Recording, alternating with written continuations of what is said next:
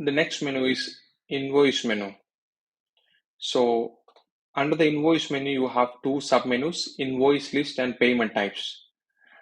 Invoice list is where you create an invoice. This menu allows you to create walk-in invoices. Why? Because we specifically called it as a walk-in invoice. There is another way you can create invoice, which is from appointments. So that is called appointment invoice. So that you can create a invoice against particular appointment. So however, this option is for any walk-in invoices. Let's see. So click on the walk-in invoice button, select the customer. We are selecting the customer. So click on the add button. Before that, just make sure that you have selected the correct branch. In our case, there is only one branch. Click on it. Yeah, the secondary customer information will be pulled and display over here. Now it's time to choose the services.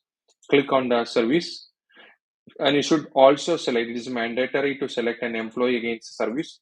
This would definitely help you to measure the employee's performance, and just in case the commission is given to the customer, the employee, that commission can also be calculated later on. So now you can add more and more services you need. This menu will also give you flexibility to modify the different parameters of an item, which is price. You can change the price by clicking on it, or you can actually change the quantity by clicking on it, or you can even give a discount against a particular item. So similarly, you can add a retail item as well.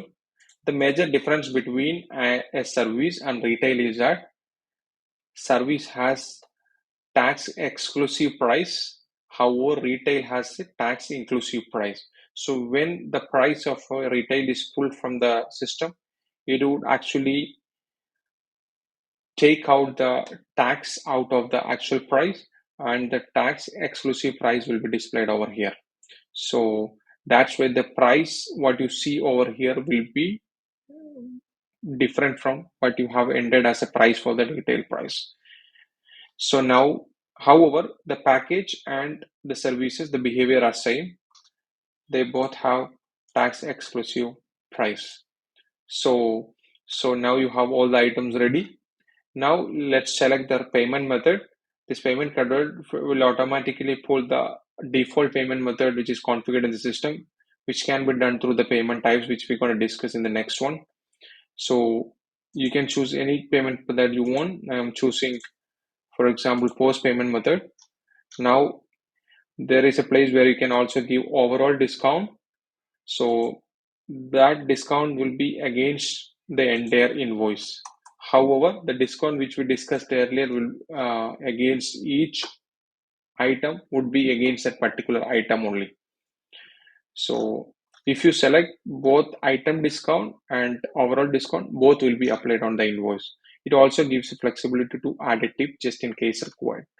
So this gives you some additional information like what will be the total and what will be the customer savings based on the discount is given. So this will also have a send notification button just in case if the customer required a PDF invoice via WhatsApp or email, you can just enable this part. However, to ensure that your login has both WhatsApp and the email integration. Now click on the submit button. This will create an invoice. So invoice view is available now here. You can download an invoice if required in the PDF format using download button.